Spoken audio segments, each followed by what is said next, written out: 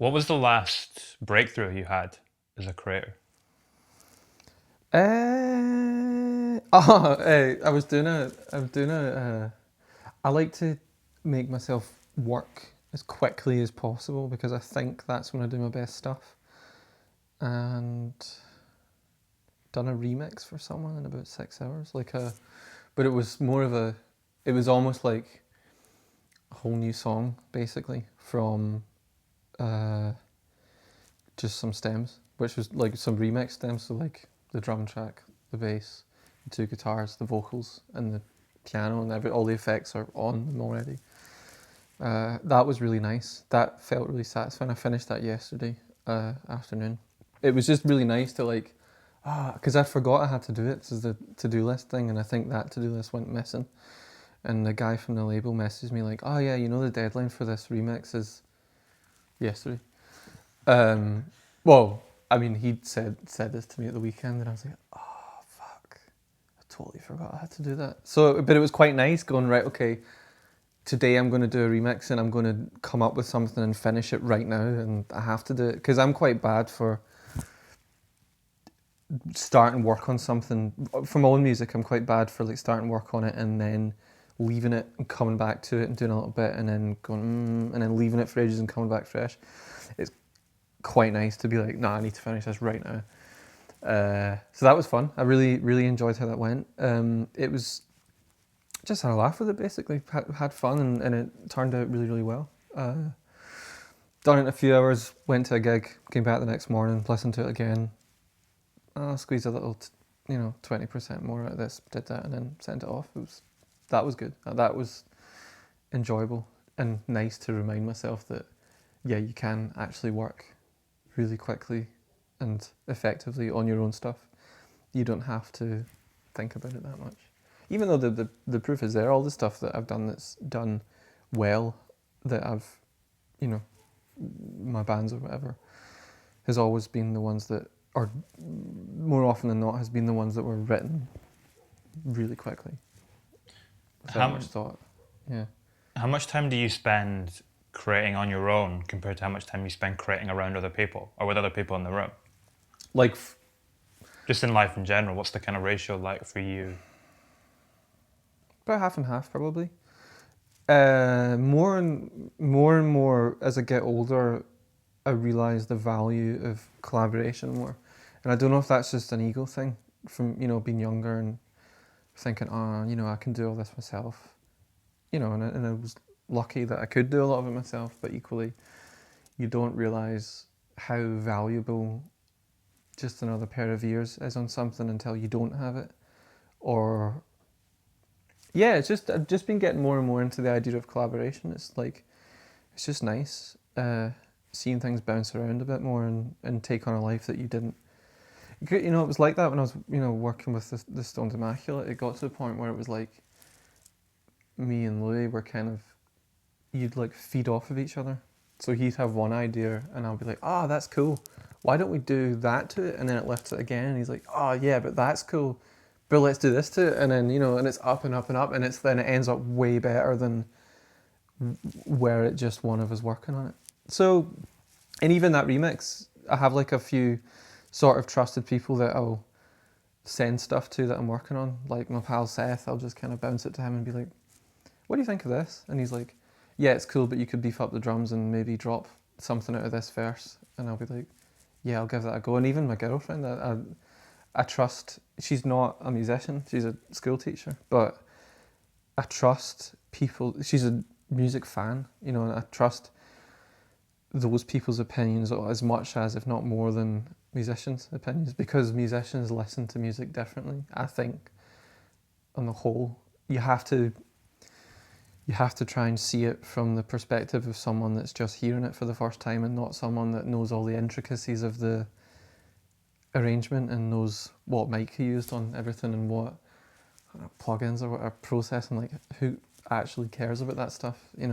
So, even like when I still lived at home and I was doing the early Catholic Action stuff, I'd show my dad and my mum the mixes because they weren't really musicians either. I mean, they played a little bit when they were younger, but nothing much, but they were big record collectors.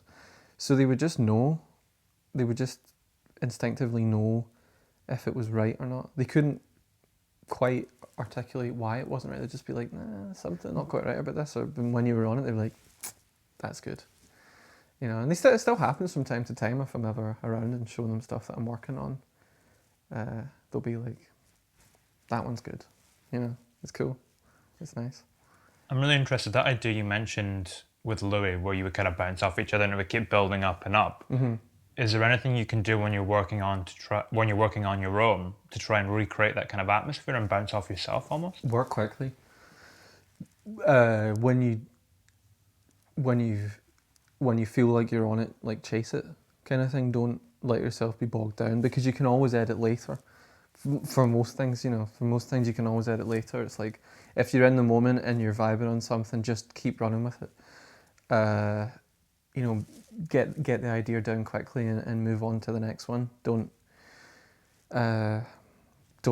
overanalyze it in that moment, because that's when you kill it. That's when you kill the sort of human inspiration of it.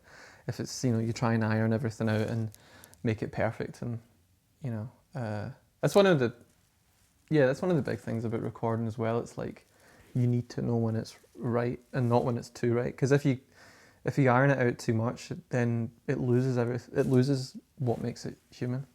You know, I don't know. I think there's a reason why people are still really into like soul music and music from the 60s and 70s, because it's like it's just good songs and it's just played by humans in a room really well.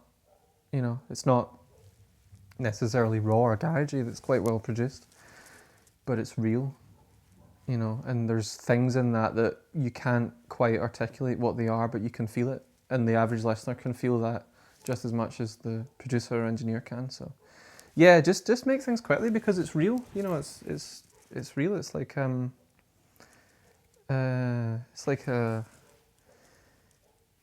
you know, it's always like if you're a competent enough musician, like it's usually your first or second take at something that's like the one, when you know what you're doing. If you're having to figure it out in the studio, then fine, it could take a while, but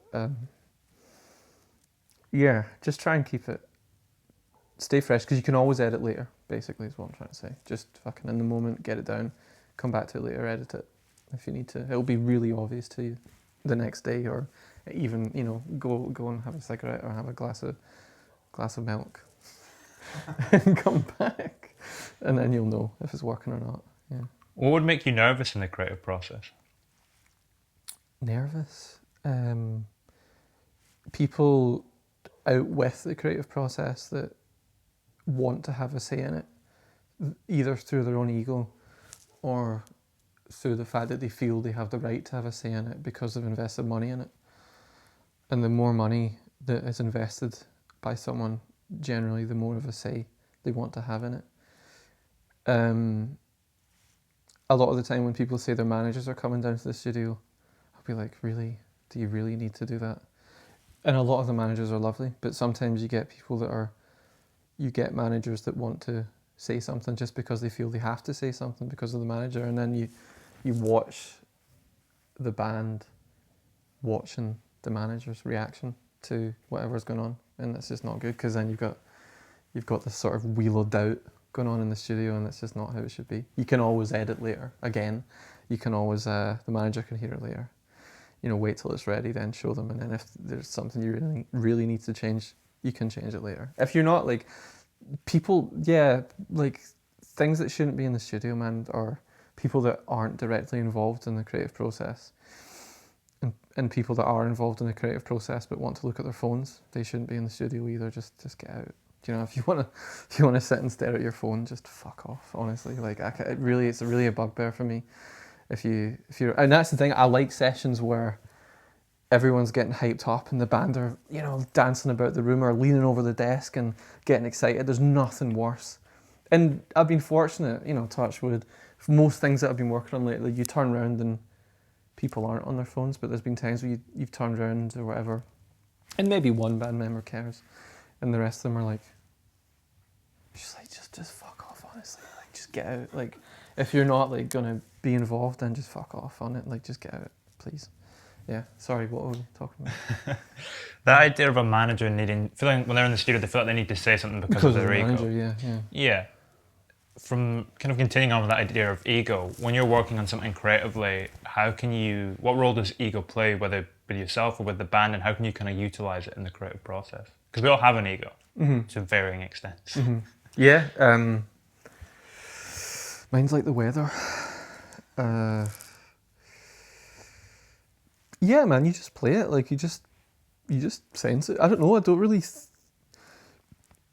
overanalyze it that much, but you can just tell. You know, you can tell when someone needs to be built up a bit, or when, you know, when someone's getting too big for their boots. You can kind of tell as well. But also sometimes it can be quite helpful to let someone get too big for their boots, because sometimes you need them to feel like they are a rock star to get the performance out of them. And yeah, I mean, you can't really, again with bands and stuff, it's like you can't really make a record by committee. There usually always is one or two band members that are kind of driving it, that are maybe a bit more invested. Maybe they're the songwriters, you know. And usually, so like at the same time, it's like you can tell if someone wants something to happen for their own ego within a song and not because it's serving the song. So quite often I'll have the conversation with bands, whereas like what are you actually trying to do here? Like, are you trying to make a good song, or are you trying to show that you can do some cool drum fills? Because quite often, you know, yeah, you just get bands that just want to, like, and it's like, I know for a fact that you want that to be there because you want to do a cool drum fill. It's not making the song better. In fact, it's kind of getting in the way of the singer. It's kind of getting in the way of the melody. It's kind of killing the groove. Why don't you just play a groove? And it could be, you know, it could be drums, it could be bass, it could be lead guitar or whatever. It could be anything. Like, for me, it's like a band is a collective that are there to work together to make the song. The song is like the be all and end all. The song and the feeling that they're trying to conjure. Everything should be aimed towards making that the best it can be, and making the song, or making the emotional impact of the song as powerful and as it can be. And if you can get over that, if you can get over your own ego and realize that we're working together as a unit to make this the best it can be, and if this does better, then it does better for all of us, then you're like, yeah, okay, maybe I don't need that drum fill. Okay, maybe I don't need to solo for 8 bars. You know, maybe we should do the chorus again, because the listener is going to have more fun when they listen to the song, or they're going to feel it more. So yeah, sometimes you have to kind of temper it a little bit, but sometimes it's quite good to maybe, you know, let the singer be the singer and the rock star for a bit. Just let them go off and rock out, because that's how you get the good takes out of them, you know. Yeah. Do you have any mantras that feel essential to your creativity and the way that you think about your creative process?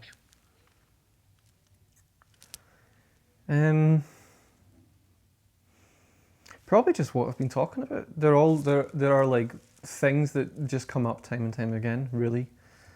Like that the song is the most important thing, and the feeling that the song gives you, those are the most important things. I say this more and more to bands.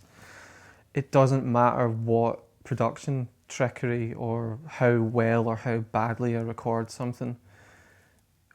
If it's a bad song, it's a bad song. Like, it's just a really well recorded bad song, or a really well mixed bad song. So that's the song is the be all and end all. It's not your parts as individuals, it's your collective work that makes the song. And if the song isn't good, then the song's not good. So go away and write some songs, basically. Because that's what matters. That's really what matters. Songs, things that connect with other human beings, are songs, not drum fills, and not production trickery. Production trickery and drum fills can be used to embellish a good song, but they're not going to make a good song. You know, that's kind of a mantra I repeat to bands a lot. It's all about songs, and it's all about the feeling that the songs give you. If you have neither of those things, then, because sometimes, like, you know, if you think about like music out with the sort of world of like guitar bands, it's like a beat, and a groove, that can give you the feeling that like a sort of guitar-y single can give you, you know. So sometimes it's just yeah, and yeah, there's another mantra actually that I stole from that producer Mike Dean. I'm sure it was him that said it in an interview. He's like, if you need to turn it down in a mix, then it shouldn't be there. You know, like if there's an element of like, I don't know, a fucking egg shaker or whatever that the drummer's really passionate about his egg shaker, and everyone's like, it's not really doing much. Just get rid of it. Like, yeah, I think lately I've been trying to make things. I've kind of came out the other side of the Catholic Action stuff, where on the second album it really was like a studio thing, and everything was like maximal, and there was lots of overdubs, and well, compared to modern kind of records, there probably wasn't that many overdubs, but for like a guitar band there was a lot of overdubs. I've kind of came out the other side of that, and I feel that I'm just trying to boil everything down to its like purest form. So the other thing, you know, when I'm working with bands, it's like, if we've done a drum track and a bass track and we're not bopping our heads to it or feeling good, then it doesn't matter how much we throw at it, it's never going to feel good. So let's get the groove right from like the first step. And if you do that, you know, and your drums are sounding great, they're grooving, your bass is sounding great, it's grooving, you could probably stick a vocal on that and not do much else, you know, because I mean, a lot of modern pop music as well, there's not really that much happening. It's really simple, the arrangements are really sparse, but that's good in a way, and I wish more bands would do this instead of trying to like pile more and more and more and more stuff on to just obscure everything. What happens when you have an arrangement with that's pretty sparse is that every element of that arrangement can be really big. And if you do that right and you play it well and everything feels right, sounds good, then you get something that sounds massive. You know, one of the sort of weird things with music, and a lot of young bands think that, oh, let's put like 1 million guitars on this and it'll sound massive. Like what happens is it just sounds really dense and can actually sound small. Whereas if you have less things that can be mixed big, then you get more of a depth to your mix and it sounds big because there's the contrast of the arrangement and then the space within that, you know? So actually less is more if you want it to sound big, basically. So I've been trying to drill that into bands and get them to focus more on like play together as a unit in the sort of classic sense, and then let's build on that. But like, let's not rely on overdubs to make your song good. Your song should work with just the four of you or whatever playing together, like, or even just the drummer and bass player and the singer. Like, it should work. And if you do that right, then I feel like you're kind of onto a winner. Yeah. What's the lesson that you've learned about life through creating recently? Well, I feel like it just gives you a bit more of a perspective on what is, because life is really, really short. It's frighteningly short. And I'm very, very, very lucky to be able to do what I do. And I try and remind myself of that all the time. But it's just giving me a perspective of what's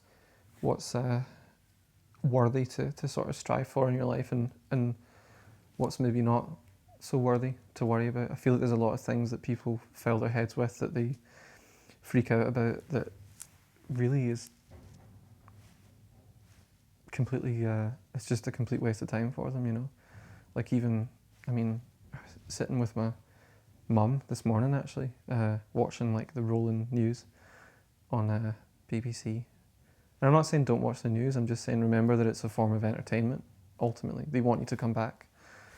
They want you to be alarmed about this, that and the next thing because they want you to keep coming back. It's convenient. And it's just sad to just watch people filling their heads with absolute irrelevant nonsense to them and just filling themselves with anxiety and dread. And I feel like doing music kind of gives you a perspective. I'm not saying bury your head in the sand either. You know, be up in arms about things, but be up in arms about the right things that are meaningful to you. It's all entertainment and it's all divide and conquer for the most part. Do you have? Should probably put a tinfoil hat on, shouldn't I? Yeah. But no, I'm just kind of getting. I feel, but yeah, I feel like music has always been this kind of stabilizing influence. Like when things get too much, if I go and write a song, I know for a fact that I'll feel better. Like, and that's just how it is for me. And I feel like it will just kind of give me that breathing space to then look at a situation and or look at whatever is going on and be like, ah, okay, that's what that is. I don't necessarily have to freak out about that, but I can maybe do this to help, or yeah, just it's just a bit of a balance and influence, really. Yeah, I feel like it's a bit of a vocation now, in a way. But I'm glad of that. I'm really glad of that. I'm glad that, and I'm very, very fortunate to be able to do that. And I'm just more and more aware of it. Basically, as the older I get, which in turn makes me want to throw myself into it even deeper, because also it's fun.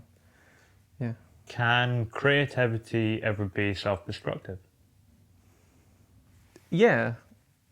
Yeah. Yeah, you can kind of wallow in it, I think. You can wallow in the darker side of it, or you can just get really into the sort of partying side of it and overlook the actual work part of it. I mean, I think a lot of people in bands probably like the idea of being in a band more than the actual reality of it, which if you want to be in a good band and you want to write good songs, you have to actually make a bit of an effort. Like, it's all fine and well to look really cool and show up and have a party, but someone's putting the effort in somewhere to make that party happen in the first place, or to make people want to celebrate you as a person. You have to have done the graft. And I think, yeah, I mean, it's just one of those things. It's like passionate people kind of go hard, and that's just the other side of it. If you've been working really hard in the studio all day and you've been working really hard on something that's can be quite stressful and also doesn't really pay that much money, like, of course you're going to want to go out and get fucked up, or stay at home and get fucked up. It just happens. It's just like there's just a balance to it. But I mean, you could say, I mean, if you ask someone sensible, they might say what I'm doing is very self-destructive. It's like, oh, you're a certain age and you don't have a pension, and you don't know where your next paycheck's coming from or whatever. There's all that side of it as well. But I don't really think, I don't know. Like, it's just, I'd rather trade that potential, financial security for an interest in life. There was a great quote, I can't remember who said it, but it was I have maybe said this to you before actually on the podcast, but it is something I always go back to. There was a woman who became a sort of celebrated artist, and I think it was like a eulogy for her. I think she died or whatever, and it was talking about how she got started in art.